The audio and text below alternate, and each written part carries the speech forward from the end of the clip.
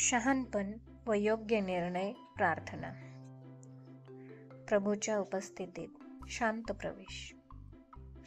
हे स्वर्गीय पित्या, आज आम्ही गोंधळलेल्या मनाने नाही तर शांती शोधणाऱ्या हृदयाने तुझ्या पवित्र उपस्थितीत येत आहोत. आमच्या आयुष्यात अनेक प्रश्न आहेत, अनेक वळणं आहेत, अनेक निर्णय आहेत, घ्यायचे बाकी आहेत. प्रभू, आम्हाला काय करावं हेच नाही तर कसं आणि कधी करावं हे सुद्धा तू शिकव. आमचं मन शांत कर, आमचं हृदय स्थिर कर. देवाकडून शहाणपण मागण्याची प्रार्थना. प्रभू, आमचं ज्ञान मर्यादित आहे, पण तुझं शहाणपण परिपूर्ण आहे. आज आम्ही तुझ्यासमोर हे मान्य करतो. आम्हाला तुझी गरज आहे. आम्ही स्वतःच्या समजुतीवर नाही तर तुझ्या मार्गदर्शनावर अवलंबून राहू इच्छितो. आमच्या विचारांवर तुझा प्रकाश पडू दे. बायबल वचनातून धैर्य.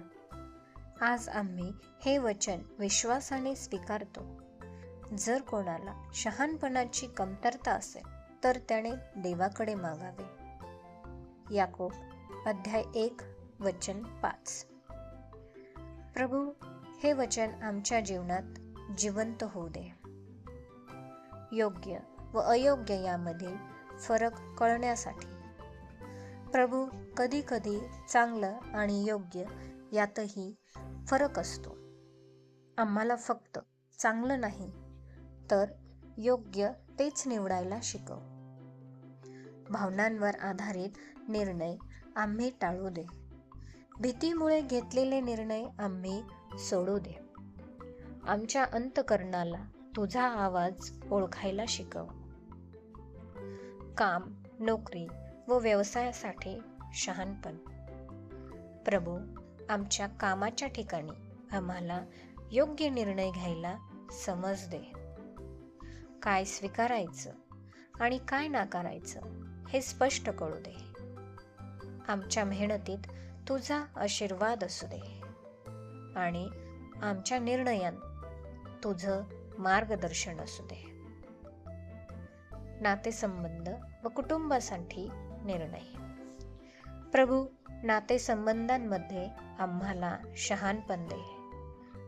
कधी बोलायचं आणि कधी शांत राहायचं हे आम्हाला कळू दे.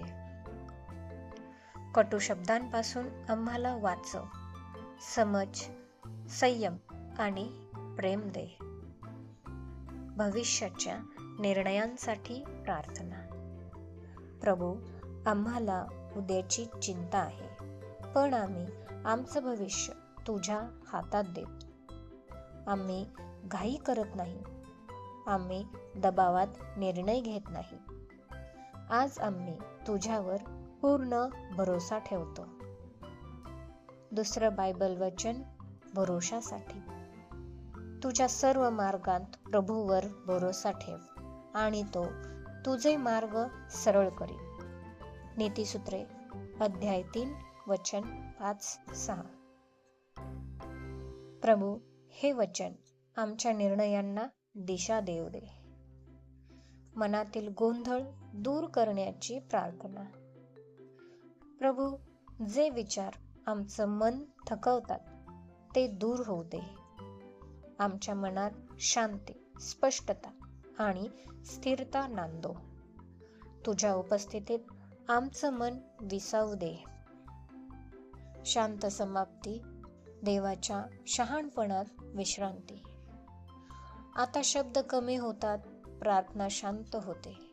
आम्ही आमचे निर्णय, आमचं भविष्य आणि आमचं जीवन तुझ्या हातात सोपवतो. प्रभू, तू मला मार्ग दाखवशील. स्तोत्रसंहिता अध्याय 32 वचन 8. आम्ही शांत आहोत, आम्ही सुरक्षित आहोत, आम्ही तुझ्यावर भरोसा ठेवतो. आमेन.